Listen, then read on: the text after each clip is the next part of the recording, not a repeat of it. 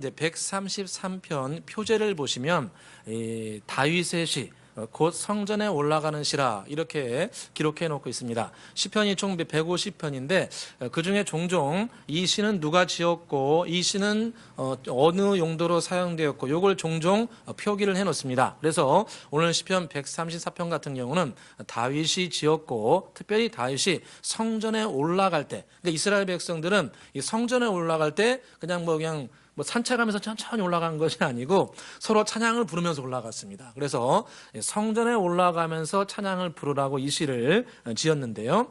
보통 이 시는 학자들이 말하기를 아무래도 다윗이 여호와 하나님의 법궤를 예루살렘으로 옮겨왔을 때 그 당시에 지은 시가 아닌가 이렇게 추측을 하고 있습니다.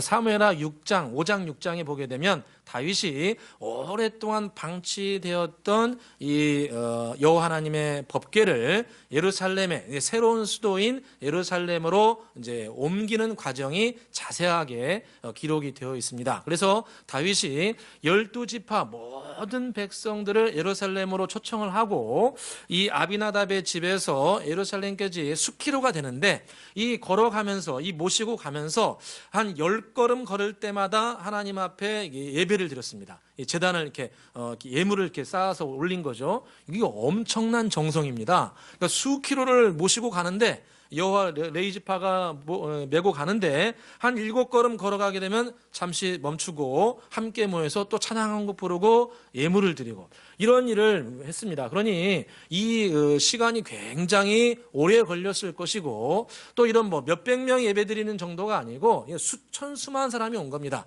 이스라엘 지파에서 원하는 모든 사람들은 이곳에 와가지고 각 지파가 다 모여가지고 연합해서 하나님 앞에 예물을 드리고 법궤를 메고 예루살렘으로 온 백성이 함께 흥겨워하면서 올라간 겁니다. 그러니까 사무엘하 6장에 보면은 우리가 유명한 사건이 나오지 않습니까? 다윗이 법궤를 가지고 예루살렘 그 장막에 올라갈 때 너무 기뻐가지고 춤을 추고 흰옷 에봇을 입고 막 방방 뛰면서 어린애처럼 막 뛰면서 찬양을 올리는 놀라운 광경이 나옵니다. 바로 그때 다윗이 여호와 하나님의 법궤를 온 백성이 함께 모시고 올라가는 그 과정에서 온 백성을 보면서 주님께로부터 어떤 특별한 계시를 받은 것이 분명합니다. 성령이 주신 특별한 계시를 받아가지고 시편 133편을 기록을 해놨습니다. 보라, 형제가 연합하여 동감이 어찌 그리 선하고 아름다운고,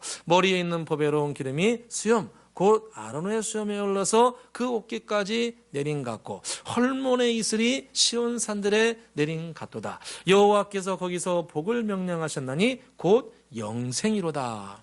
수천 수만의 12지파가 다 모여서 하나님 앞에 진실하게 연합되어서 예배를 드리고 함께 나아가는 이 과정 가운데 성령께서, 주님께서 너무 기뻐하셔가지고 다윗에게 계시를 비춰준 겁니다. 그게 뭐냐면은 형제 자매가 주님 안에서 함께 연합하는 것이 어찌 그리 선하고 아름다운고 내가 이곳에 복을 내려주리라 하시면서 주님께서 연합하는 그곳에 이 성령의 기름 부으심, 이 레위 지파에게만 있었던 바로 이 아론 제사장에게만 있었던 성령의 기름 부으심이 수염에 흘러서 그 옷깃까지 아주 그냥 쭉 성령의 기름 부으심이 흘러 넘친다는 거예요. 어느 곳에요? 연합하는 곳에. 연합하는 곳에 성령의 기름 부으심이 넘치게 해주시고 또 저 북방에 있는 헐몬산 2000m가 넘는 그 만년설이 있는 헐몬산에 있는 그 물이 바로 이 수백 킬로를 떨어진 이 시온산, 바로 예루살렘 맞은편에 있는 이 감람산이라고 하죠. 그곳에까지 이슬이 쫙 내려오는 것 같다. 그러니까 이거 엄청난 상상력이죠. 수백 킬로를 떨어진 헐몬산에 있는 그 이슬이 여기까지 쫙 내려와가지고 이 시온산은 100m, 200m도 안 되는데 그 가뭄이 되면은 물이 없는 이곳에까지 이슬이 쫙 내린다. 그러니까 이스라엘 백성들에게는 농업이 최대 산업 아닙니까? 그 당시에. 그런데 바로 이 농업을 할 수 있는 이슬이 이 시온산까지 넉넉하게 흘러오게 된다. 지금 말로 하면 재정의 기름 부으심을 허락해 주시겠다는 거예요. 그리고 마지막으로 부흥의 축복, 영생의 축복을 주시겠다고 약속해 주십니다. 그래서 시편 133편은 형제 자매 간에 주님 안에 연합된 곳의 축복을 주님께서 계시로 가르쳐준 매우 중요한 말씀입니다. 주님께서는 연합하는 곳에 은혜를 부어주시고 연합하는 곳에 축복을 주십니다. 참 그런데 참 우리가 잘 돌이켜보면 연합하는 게 그 말처럼 쉬운 게 아닙니다. 우리가 시간이 지나면 지날수록 이 사람 간에 연합한다는 거, 교회에서 연합한다는 거, 또 가정에서 연합한다는 게 말처럼 그렇게 쉬운 게 아니에요. 각자의 기질이 틀리고 각자의 가치관도 틀리고 다 다양합니다. 여러분 다윗을 봐도 그렇습니다. 다윗이 오늘 말씀에 연합해가지고 12지파가 이렇게 함께 예배를 드렸지만 여러분 다윗이 정말 그 당시에는 조그마한 유다 지파를 중심으로 이제 나라가 시작이 되었고 이 베냐민 다윗은 유다 지파였기 때문에 베냐민 지파가 이 당시에 굉장히 어울리기 힘들었습니다. 왜 그러냐면은 사울이 어느 지파 출신입니까? 베냐민 지파입니다. 사울이 다윗을 30년 가까이 죽이려고 자기가 속한 이 베냐민 지파와 10지파를 다 통해봐가지고 유다 백성들까지 동원해가지고 다윗을 죽이려 했습니다. 그러니까 다윗은 이 베냐민 지파하고 굉장히 어울리기 힘들었어요. 그리고 더군다나 그들의 군대 장관이었던 지금의 국방부 장관이었던 아브넬은 끊임없이 다윗을 죽이려고 했습니다. 다윗이 광야 10년을 쫓겨다닐 때 여러분 사울이 죽이려고 군대를 이끌어 나왔는데 군대의 핵심 수장은 누구였을까요? 그 당시에 다윗을 죽이려고 했을 때 아브넬이 분명합니다. 아브넬이 사울의 친가였기 때문에 아브넬이 군대 장관으로서 다윗을 죽이려고 광야에서부터 쫓아다녔습니다. 그러니까 자기의 생명을 위협했던 사람이 이 아브넬이에요. 그리고 다윗이 유다 왕국을 세운 다음에 7년 동안 베냐민 지파하고 전쟁을 벌입니다. 7년 내전, 남북으로 쪼개져 가지고 내전을 7년 동안 합니다. 그러니 다윗은 베냐민 지파하고 가까이 하기가 쉽지 않았고 또 거기에 군대 장관이었던 아브넬과도 연합하는 게 힘들었고 이 10지파는 다 북쪽 지파에 속했기 때문에 또 그들과 하나 되는 것도 녹록지가 않았습니다. 그런데 다윗은 자기가 이 17살 즈음에 사무엘하 2장 3장 말씀 보시면 사무엘상 보시면은 주님께로부터 왕으로서 기름 부음을 받잖아요. 그러면서 주님께로부터 신정국가를 세워야 된다는 이 기름 부으심을 받습니다. 그래서 다윗은 하나님 나라 확장을 위해서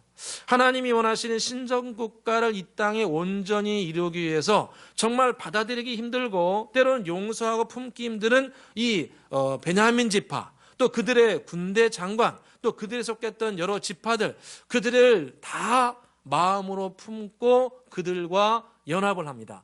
마지막에 아브넬 장군이 사람을 보내가지고 이렇게 얘기하죠. 내가 나머지 10지파를 다 동원해가지고 당신과 연합해서 나라를 새롭게 하고 싶습니다.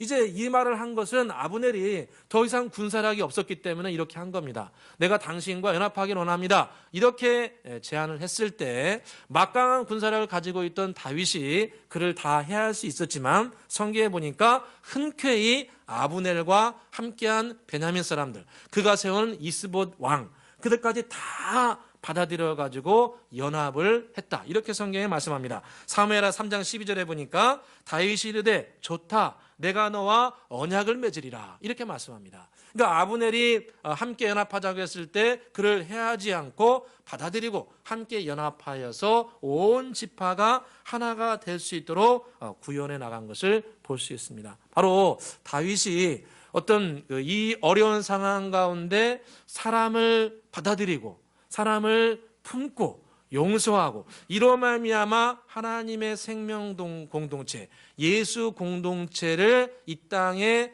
세워가려고 했던 것이 분명합니다. 주님께서 우리에게 말씀하신 것처럼 너희는 먼저 그의 나라와 그의 의를 구하라. 그 다음에 이 모든 것을 너희에게 더하여 주시라 약속해 주셨는데 바로 다윗은 먼저 하나님의 나라와 하나님의 의를 구하기 위해서 생명 공동체, 예수 공동체를 세우기 위해서 연합을 도모했던 것을 볼 수 있습니다.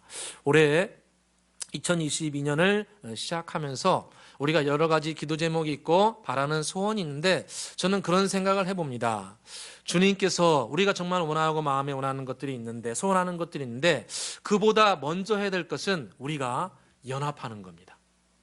우리가 예수님 안에서 예수님의 생명 공동체를 이 땅에 세우기 위해서 연합을 해야 되는데 제가 함께 나누고 싶은 곳이 두 곳이 있습니다. 우리는 2022년에 과거에도 그랬지만 이 두 군데에서 연합하려고 마음을 모아야 됩니다. 그 두 군데가 어디냐면은 첫 번째는 우리가 가정에서 연합해야 됩니다. 가정에서. 그리고 두 번째로는 교회와 연합해야 됩니다. 가정에서 연합을 하고 교회에서 연합할 수 있도록 우리의 마음을 기울여야 됩니다.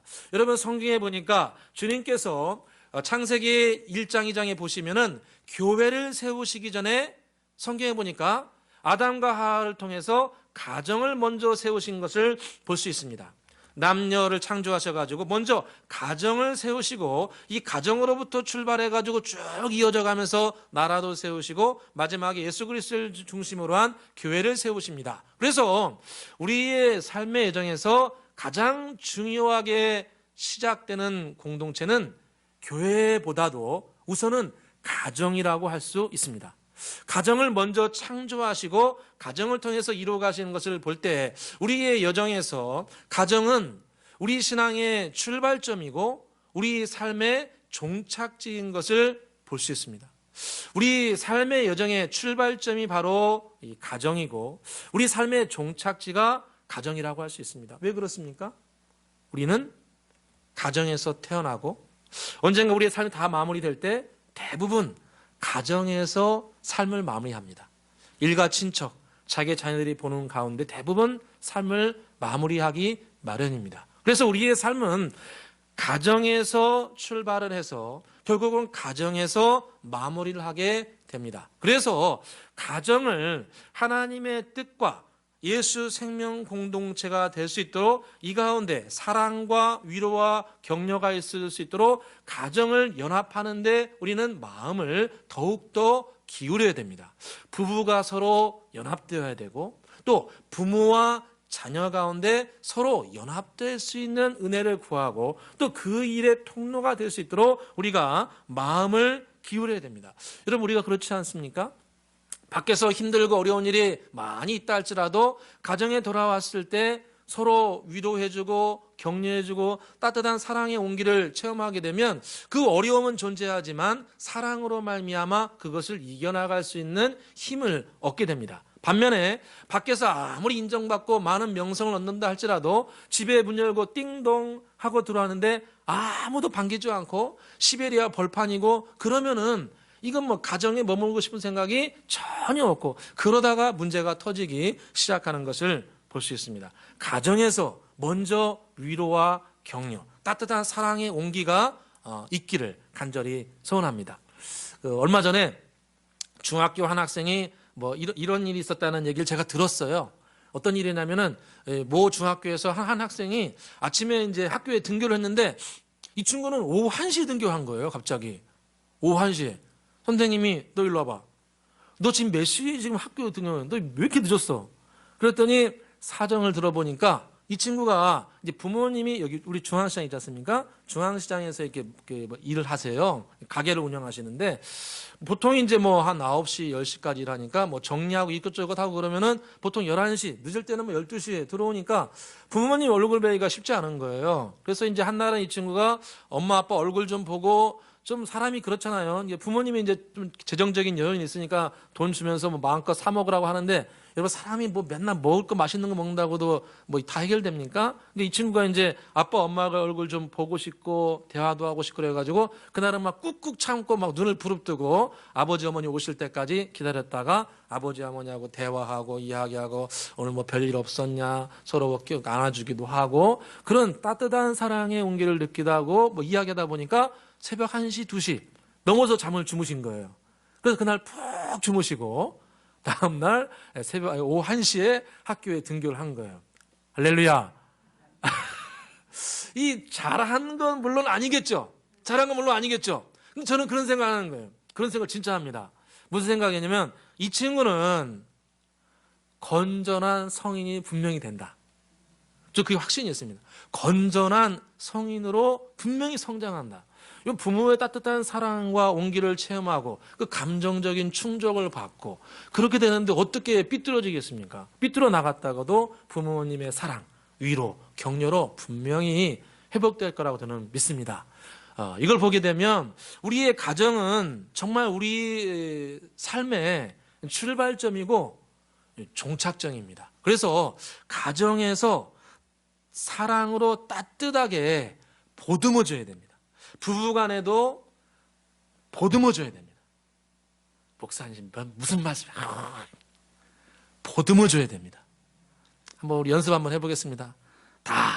당신 덕이야. 예, 역시 일부하고 틀리게 점잖으십니다. 한번 그래도 진짜입니다. 우리가 한번 해보겠습니다. 당신 덕이야. 예, 아멘. 그 자녀들한테도 함께 있어서 고맙다. 할렐루야. 연습 한번 해보겠습니다. 함께 해줘서 고맙다. 할렐루야.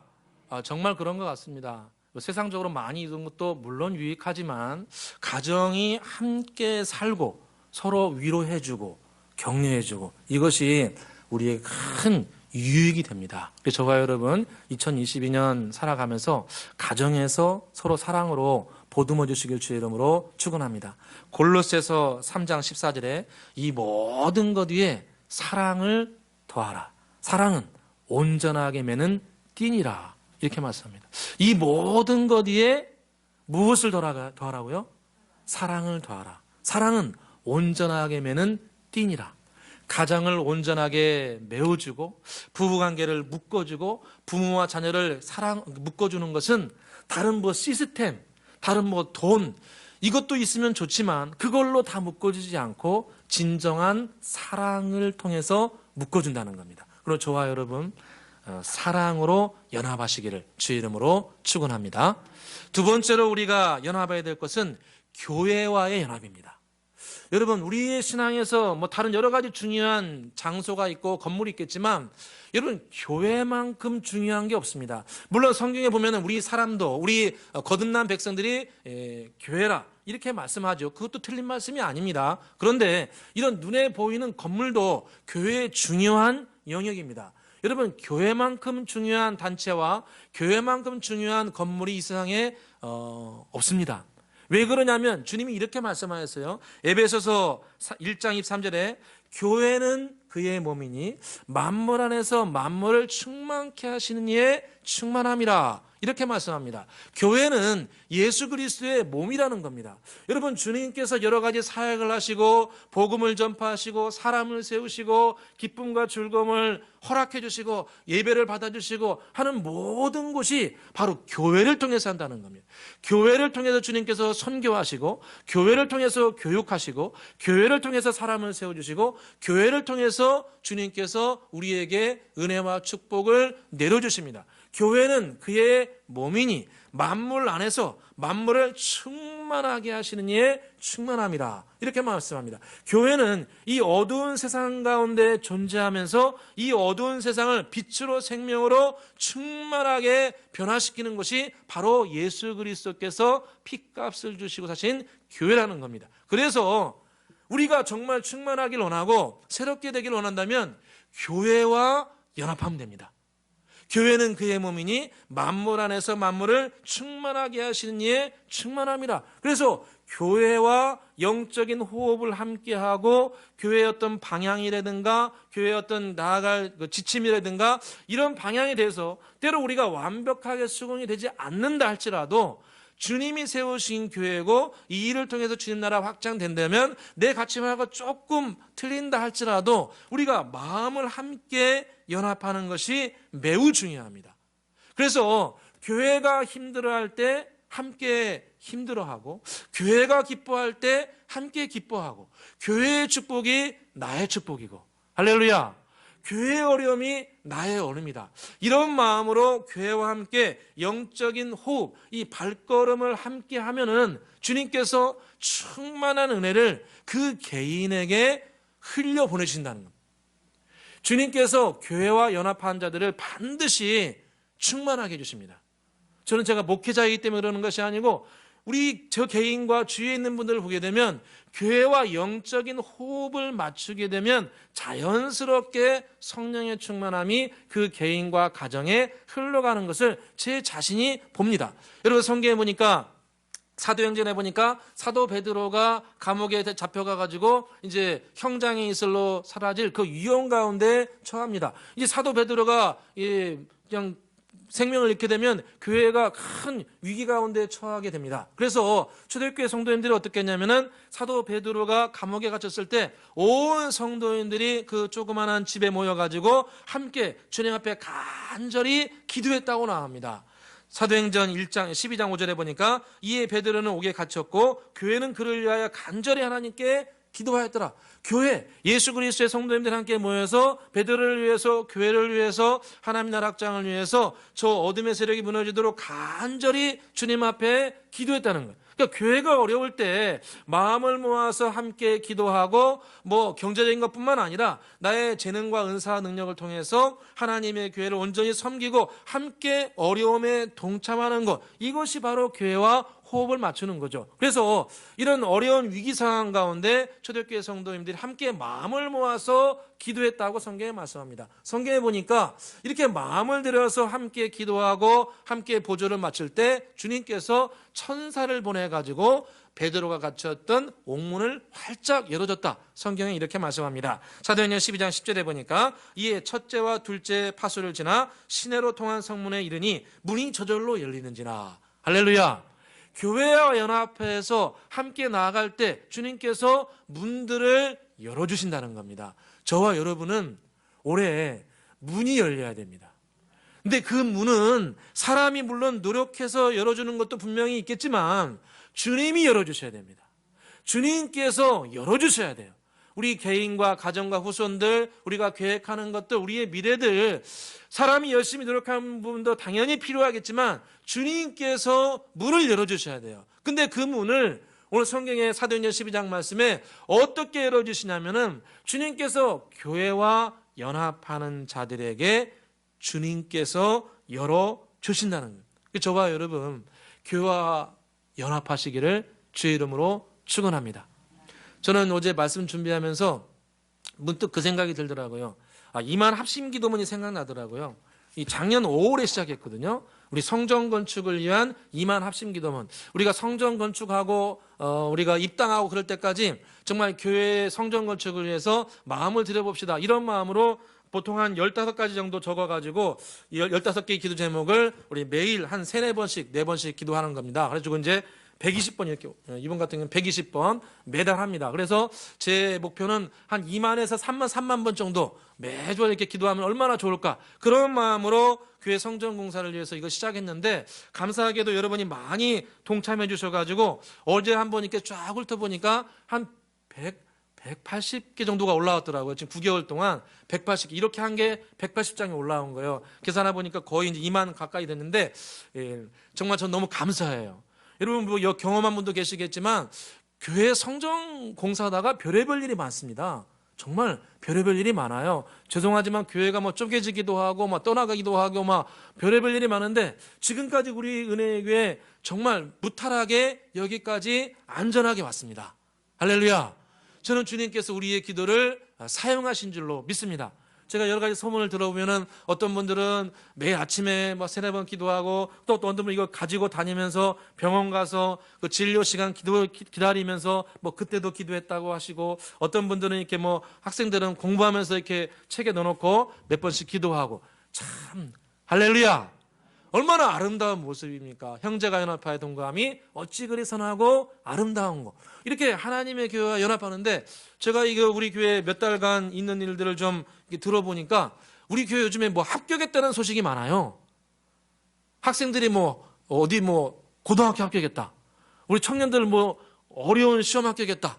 어리 뭐 붙었다. 이런 소식들이 막 점점 나오고, 뭐 이렇게 오랫동안 자녀들이 아이를 못 가졌는데 태열매가 맺히기도 하고, 어떤 분들은 뭐 쌍둥이가 뭐 태어났다고 하기도 하고, 이렇게 했다고 하기도 하고, 이 좋은 소식들이 점점 나옵니다. 저는 이게 신호라고 믿습니다. 더 좋은 것이 오기 전에 주님께서 시그널을 보내는 거죠. 니들 참 고생 많다. 할렐루야. 니들 참 고생 많다. 이런 신호를 우리에게 자꾸 보내주시는 것 같아요. 이때 우리가 더 주님의 교회와 연합해야 됩니다. 주님은 당신의 교회와 연합하게 되면 에베소서 말씀에서와 같이 만물 안에서 만물을 충만하게 하시는 충만함을 우리가 체험할 수 있도록 은혜 주십니다. 저와 여러분이 올해 이런 체험이 있기를 간절히 소원합니다. 오늘 3절에 주님 말씀하셨죠. 헐몬의 이슬이 시온 산들에 내린 것 같다. 여러분, 우리 성도님들은 재정의 기름 부으심을 꼭 받아야 됩니다. 정말 아멘이 작네요. 우리 의회 성도님들은 재정의 기름 부으심을 꼭 받아야 돼요. 여러분, 이 시대를 살아가면서 하나님의 나라를 확장해 나가고 하나님의 나라를 용익히 하기 위해서는 성도님들이 하나님의 은혜로 부하게 돼야 돼요. 여러분, 재정의 기름 부으심을 얻고 하나님 나라를 제대로 확장해 나갈 수 있습니까? 여러분, 선교사님들 후원하는 거 몇 분 보내는 것도 우리가 힘들어하는데 더 많은 사람들을 보내고 더 많은 사람들이 주의 일을 하려면 막대한 재정이 우리에게 필요합니다. 이 은혜가 우리 개개인에게 성도님들에게 있기를 주의 이름으로 축원합니다. 바로 연합하는 곳에 주님께서 헐몬의 이슬이 시온 산들에 내린 것 같은 축복을 주신다고 약속하십니다. 마지막으로 연합할 때 주님께서 주시는 여러 가지 축복이 있는데 그 대표적인 것이 성령의 기름 부으심을 그곳 가운데 풍성하게 주겠다, 이렇게 약속합니다. 우리 2절을 다시 한번 읽어보겠습니다. 2절입니다. 읽겠습니다. 머리에 있는 보배로운 기름이 수염 곧 아론의 수염에 흘러서 그의 옷깃까지 내림 같고. 아멘. 주님께서 다윗에게 계시한 겁니다.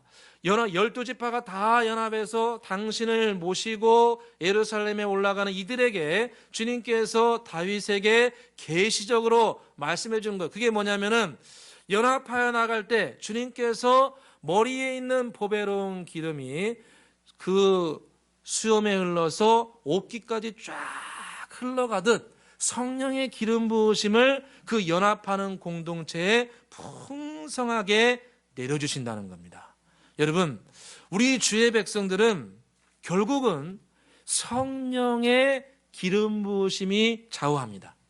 물론 우리가 열심히 노력하고 배우고 노력하지만 여러분 경험해 보셨잖아요.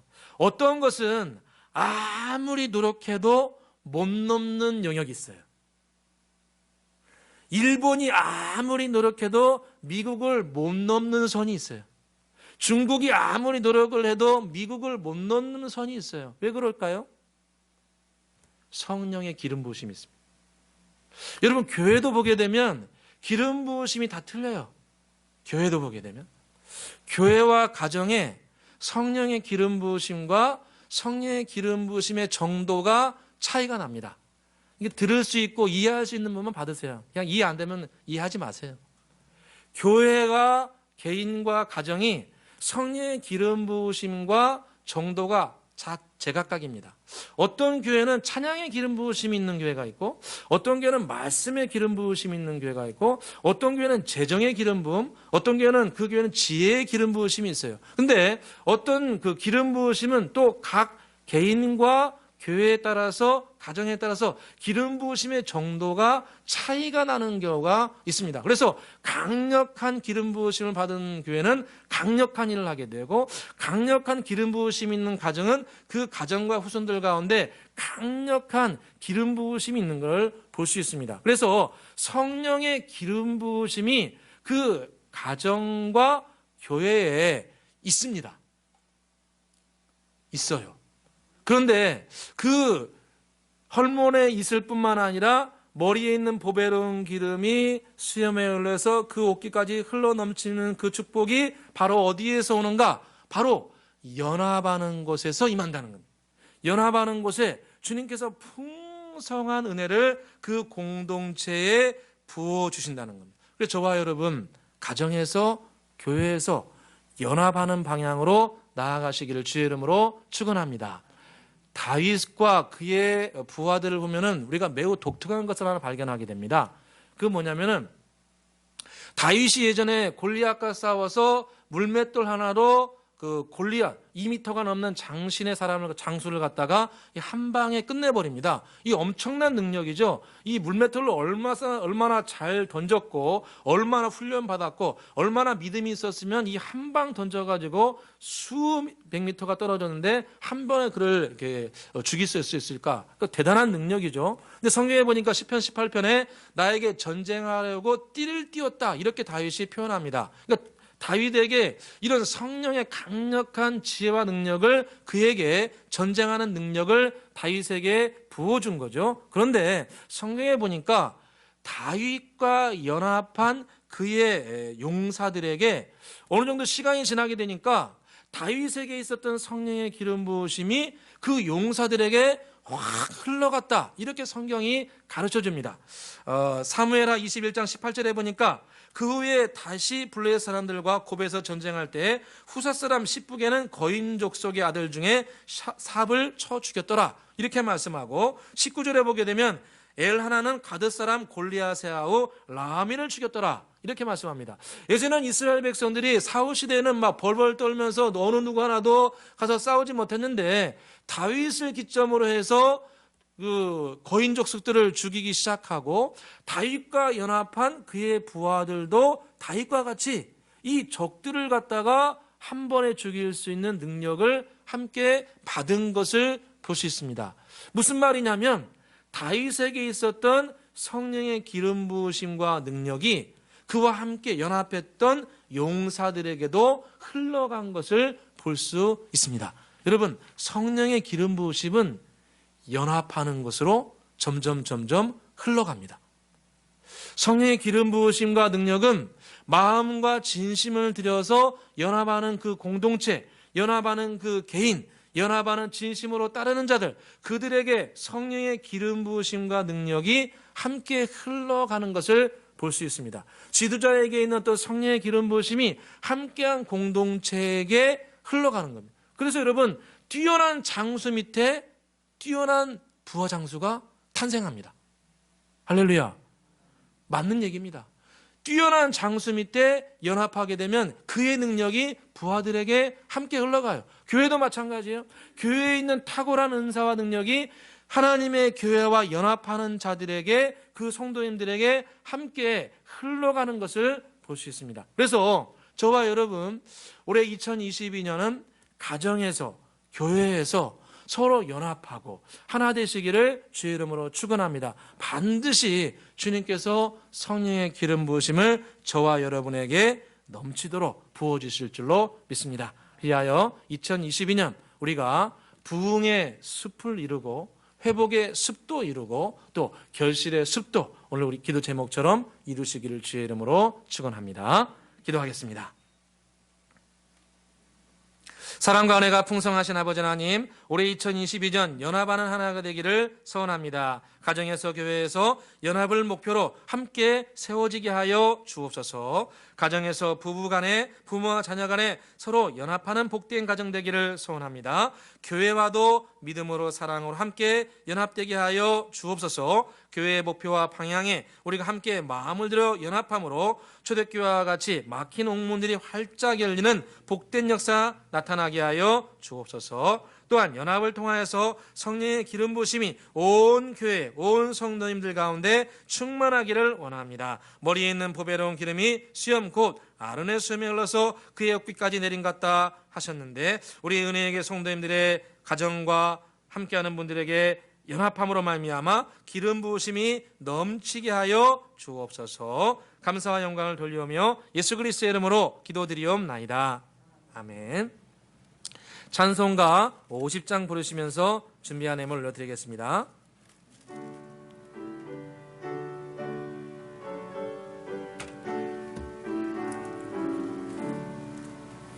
내게 있는 모든 것을 아끼